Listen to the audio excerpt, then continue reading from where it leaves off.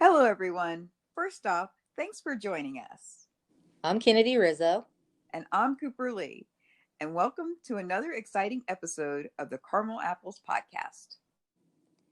In this episode, we're going back to revisit the year 1987, where we'll be breaking down the intriguing components of the movie Bumblebee. We give an in depth commentary on the magnetism of this film, what it meant for claiming its place in pop culture, and share our personal memories of when we first saw and cherished this memorable entry. Lastly, we give our honest and raw opinion on why Bumblebee collectively made its mark on history.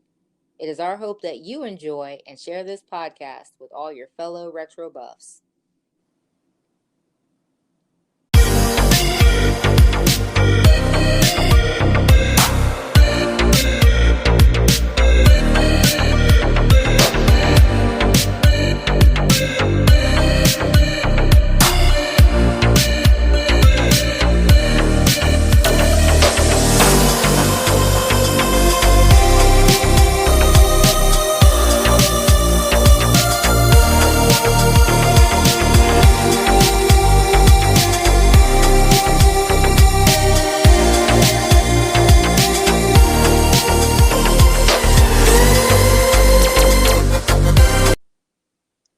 So, today we're going to be reviewing and discussing the 2018 movie Bumblebee.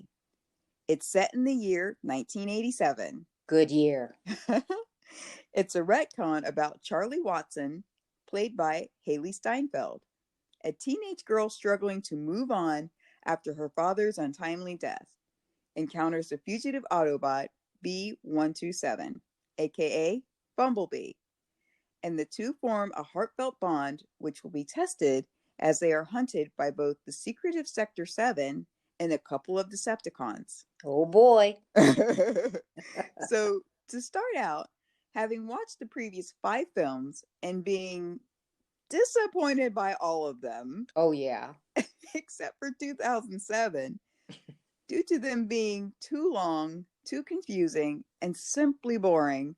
Yep. Honestly, I was a bit skeptical about this one. But after watching it, I have to say I was impressed. The film was actually pretty good. Yeah. Far better than the Transformer films previous, except for 2007. Now, Bumblebee has good action, but not the visual overload of the other movies. It has a nice story that is focused and makes sense, and doesn't lose it 5 minutes in. Something that the other movies never really had, at least not since maybe the first one. Yeah, I think audiences have perhaps had enough of Michael Bay's take on things. Goodness. Well, he was just the producer for this movie, and it worked out well. Uh-huh. I think that Travis Knight had that actual honor of directing Bumblebee. Okay. So Bumblebee's biggest strength is that it builds a story that makes sense, delivers tender moments that draw you in, and makes you care for the characters. As soon as that's established, the good action starts. So if you're a longtime fan, you should not be disappointed. Yeah, you shouldn't be.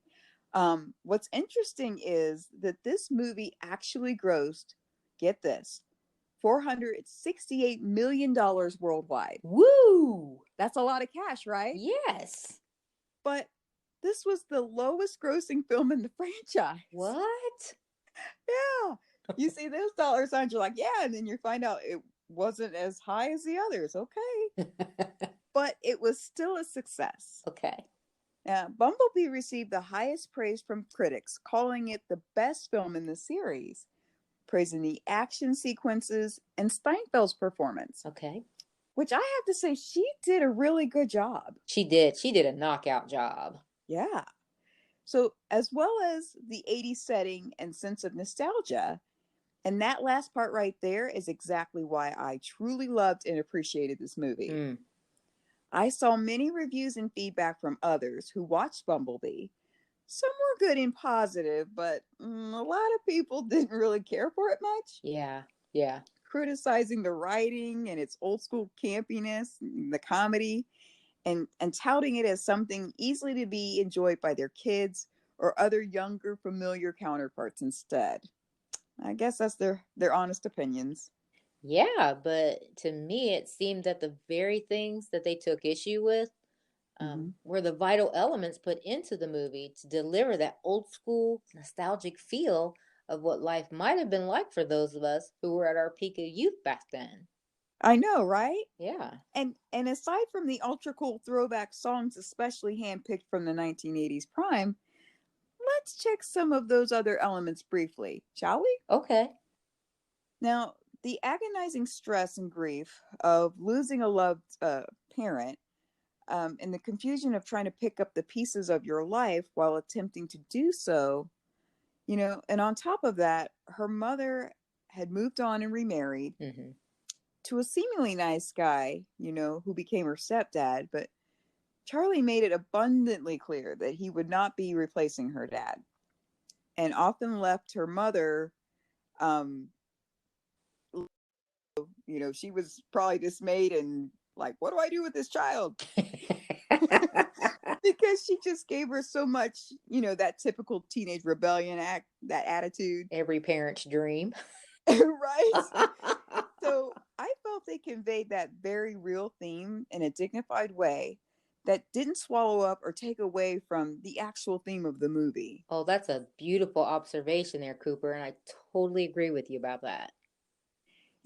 I think about, when we were growing up, we had, some children we went to school with and some really close friends of ours Mhm. that, you know, they didn't exactly lose parents in death, but they lost parents due to the fact of divorces. Yes. And, as kids, you couldn't really do a whole lot, but you did empathize with your friends because, our parents, thankfully stayed together. Yeah. But Yeah. you still try to be there for your friends, and you could see it was a struggle, Yeah.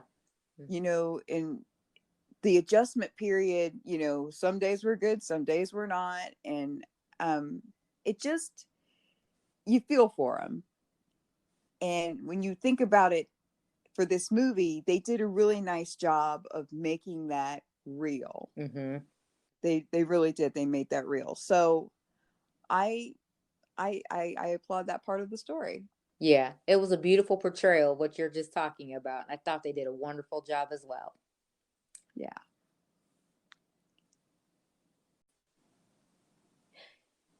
And I too liked how they portrayed her unique, down to earth, normal teenage angst, and that was highlighted by her very real, normal desire and wanting an active social life with the cool kids. Mm-hmm. Yeah.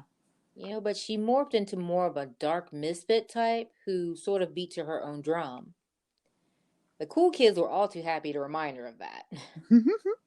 A few key scenes played out that any Gen Xer would definitely remember in vivid recollection, either by observation and or by personal experience.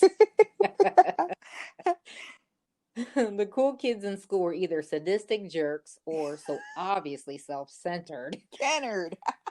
They were, they couldn't see how utterly ridiculous they were. Cool my eye.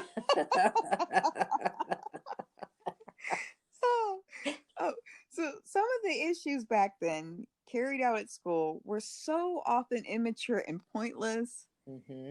Especially as we reflect back on them now. You chuckle to yourself and wonder why we thought of them being a big deal in the first place. Yes.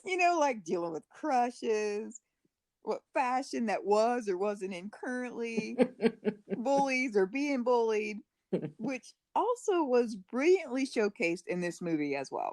I agree. Mhm. Bumblebee works because it focuses more on emotion rather than action.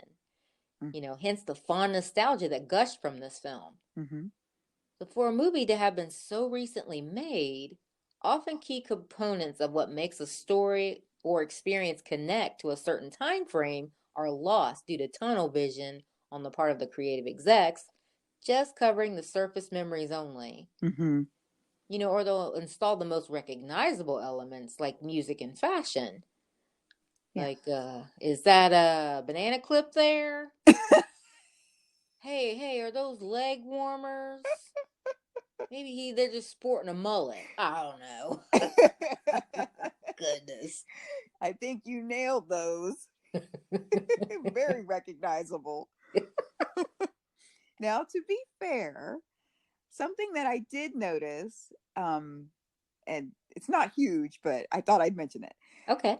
In the scene where Charlie's mom, she was driving Bumblebee and taking the family dog to the vet. Oh, yeah, yeah, yeah. Yeah, Charlie, she comes riding up beside her mom on the bike and she kind of, she's trying to get her attention and everything. Her mom finally realizes, someone's trying to get her attention and it freaks her out.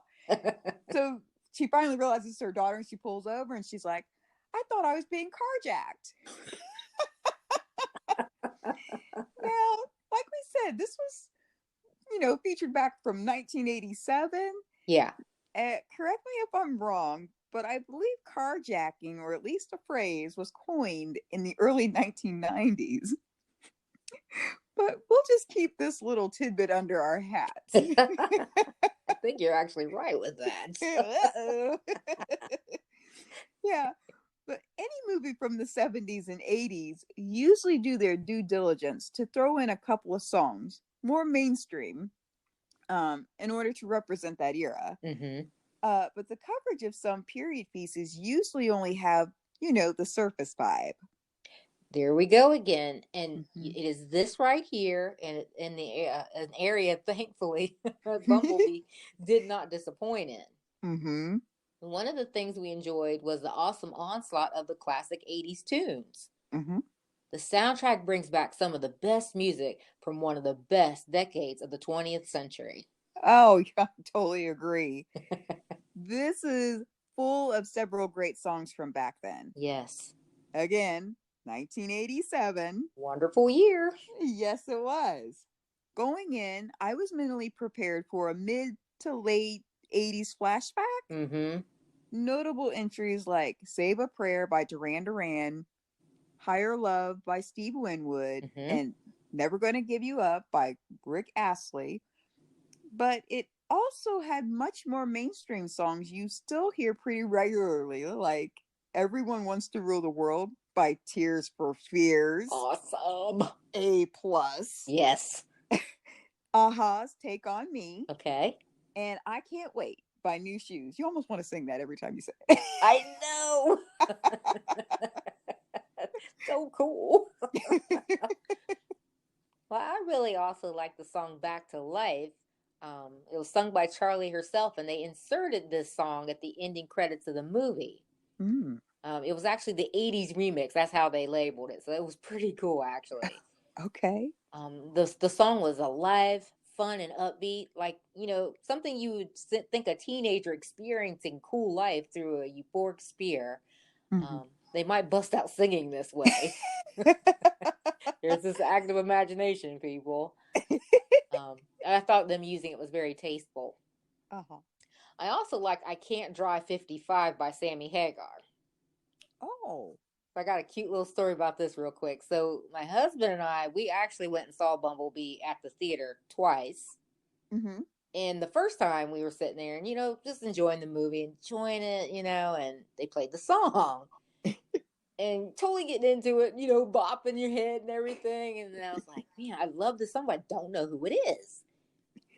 We go and see it a second time. Same thing. I'm like, I got to know who sings this song. This is totally 80s. So I lean over to my husband. I'm like, hey, who sings this?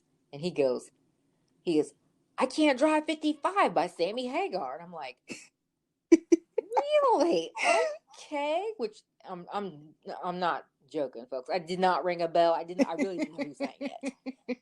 But I was glad to know at that point because it's one of those quintessential 80s songs that you hear in shows and movies and that kind of thing. Uh-huh. And I was so glad to know at that point because now I can jam properly to it. So my husband got cool points for that because it was like he actually knew. He's not a big trivia buff at all, and he totally knew. So he helped me out in that endeavor. I bet he got a lot of cool points for that. He did. I made his favorite dinner that night. He was like, about time. Now, we'll probably catch a lot of heat for this. Uh-oh. But the one entry I can't even remotely be familiar with that I can remember was the Smiths or any of their songs. Yeah. Yeah. You too? Yeah, I wasn't familiar with them at all. But, honestly, it was used in the film, you know, as a refreshing touch to how Bee and Charlie's connection played out. Like what you hear so far? Make sure you never miss a show by clicking the subscribe button now. This podcast is made possible by listeners like you. Thank you for your support. Now, back to the show. Much agreed, Coop. A most stellar collection of songs to be paired with such an amazingly entertaining movie. Mm-hmm. Bumblebee is quite possibly the best Transformer movie to date. This installment of the Transformers franchise infused hope in us again, as far as truly entertaining the audience by good storytelling. Mm-hmm. I realize that every person's expectation of being entertained is going to be different, but personally, I feel that the creative execs that collaborated on this film, they got and understood the old school concept of what a good Transformer movie would contain. Oh, you wouldn't mean the unbelievable over the top action sequences, Nah, over sexualized teenage girls, nah. or crazy explosions all over the place within minutes. And that's just at the beginning of the movie.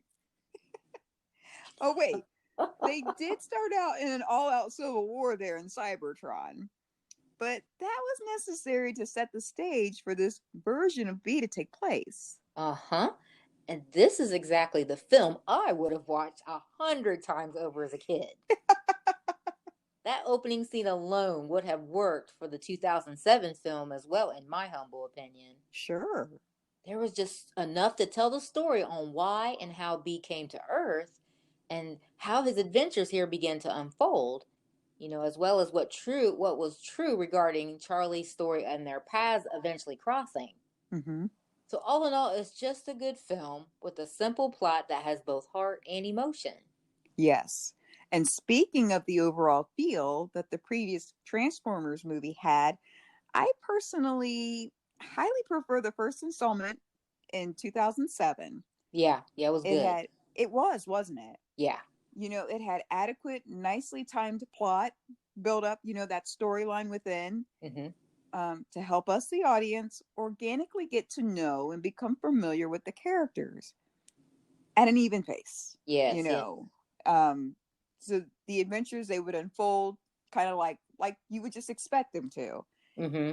and good storytelling and tastefully placed antagonistic situations that would involve a fight here and there, not all over. Yeah, right. Maybe a warning explosion or two, until it got toward the end when most of the action happened. Mm-hmm. It actually made sense, and we didn't get lost in the middle of the movie having question marks over our heads. So many question marks in the theater that no one would see the screen anymore. They were able to follow along and enjoy it. Right. That was the first Transformers. Yeah, the first Transformers, the best was that was the first one and by far the greatest one. Oh, yeah. It contained the desired components for us Gen Xer fans looking for the big screen version of Transformers that properly paid homage to the 80s Gen 1 Transformers we know and love. Yeah. If you're a true fan of the original cartoon, you probably were geeking out at how the movie kept faith with the cartoon's visual aesthetic and sound. Mm-hmm. Bumblebee followed suit and returns to the character's classic look and that he was actually the old vintage Volkswagen Beetlebug that obviously was a robotic Cybertronian warrior, but was sweet all at the same time. He was cute. Yes, he was cute. This was the movie we also desperately needed from the Transformers franchise. It contained great action, great characters, and an overall great story. So, sorry if some of you out there really enjoyed the other Transformer installments after 2007. Because, it's no mistake that we really didn't. But we actually mean no disrespect. We know there's fans of everything, so we don't mean any disrespect. But Yeah. I personally feel the only two good movies from all of it was the 2007 Transformers and this one. Ditto. Now, I think I heard that a Bumblebee 2 is in the works, slated for release in 2022. Oh, Kennedy, do you think you will go see it? of course. But I'm going to see it. When I see it, I'll do it with an open mind because, I feel the overall story, more often than not, movies aren't that good anymore when they're telling one. Yeah. And that's collectively speaking. Yeah. It really seems that we're in a creative drought as far as film is concerned. And it really would be nice if Hollywood created and brought new life and stories that would take us forward. Yeah. So it's disappointing to have to say that, especially since we've always been a couple of diehard, self proclaimed movie buffs. I mean, really, honestly, I don't know how or what it is that's coming out on the roster this year or Yeah. next. I really Absolutely. don't know. And I don't think it's the result of the pandemic. A cough, cough. But thanks for the heads up about Bumblebee, too. I really hadn't heard anything about it. Oh, well, cool. You know what? You're welcome. That's why you're in my circle.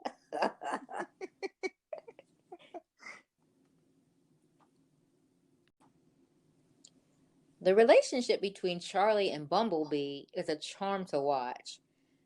Yeah, it reminds me of that wonderful, deep connection one has with a close friend, or if you have a fur friend that totally gets you and is loyal and always there for you no matter what. Yeah. Bee came in Charlie's life at a crucial time when she needed that type of warm connection their friendship provided. Mm-hmm. That key element alone really resonated with me. That's so cool. I agree. This movie brought back some good memories from our childhood. Yeah, That era was amazing and carefree. Our imaginations were through the roof. they were. For once, the robots actually look like what they portrayed in the Gen 1 cartoon. Yes. My personal favorite character, Soundwave, Woo, woo, woo, was showcased and has his actual Gen 1 voice. That was a horrible representation, by the way. I tried. woo. No, it was good. It really was. But this was a big one for me. The robots from the previous films were horrible and were hard to differentiate one from another, and most certainly did not look like the original cartoons or toys. No, they didn't. Yeah, so in Bumblebee, I actually enjoyed the fight scenes between the Autobots and the Decepticons. The action in this movie is a major step up from the sequels. Yes. You can actually tell what's going on, and the visuals are crisp and detailed. Mm-hmm. I was thoroughly pulled in. All facts. The Transformers is a story about robots where human beings played a very secondary role therein. Speaking of wild imaginations, Coop, just how many of us Gen Xers fell in love with cool cars, would name them, and just know with all our heart that somehow that car was real or alive or aware, and it could talk and protect you, and y'all would be partners in crime and all of your adventures together until the end of time? Totally. Seriously, how many of all you listening in with us today feel or have ever felt that way about cars or any other objects due to an overactive imagination? If you have, please let us know. We'd love to hear from you. And don't worry, there's no worries. This is a safe place to be able to share and discuss old-time memories without judgment. No judgment here. This is a no judgment zone, judgment-free zone. Everything we discuss here is in mind of pure fun and escape. So please, all feel free to share your stories or thoughts about that. You're in good company. And we'll be discussing similar topics in the future as we dive into other retro-related topics. Ooh, can't wait to hear some of those other experiences. Me either. Another positive thing about this movie is that it's not too long and drawn out. Mm-hmm. Unlike its predecessors, the length of this movie was appropriate. It was nice being able to watch it with a smile on my face versus nursing a throbbing headache. I know, right? But I did have the luxury of watching it at home. Pause anytime you had to. That is key. So, all in all, this movie worked. I know we're probably in the minority as far as truly liking this film, and we can't help but say great things about it. You know, it's a perfect mix of nostalgic 80s era songs, references, and overall, it carried a true 80s vibe. Mm-hmm. And then the love interest situation wasn't overdone or even felt forced. Because let's be honest, that's how young love and innocent puppy crushes generally played out back then. And then lastly, they really did nail down that softer feel of a relationship between Bee and Charlie. And the entire cast was good. No one seemed like they were phoning it in for a paycheck.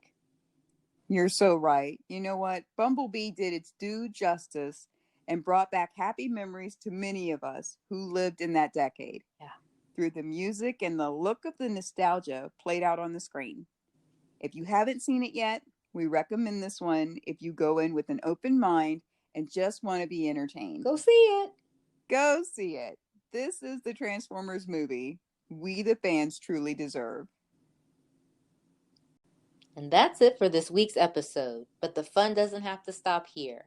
Join us again next time when we'll be back with more captivating retro entries. If you have any suggestions, requests, or feedback, head over to anchor.fm and like, share, and get involved. See you next time, and may every bite be sweet.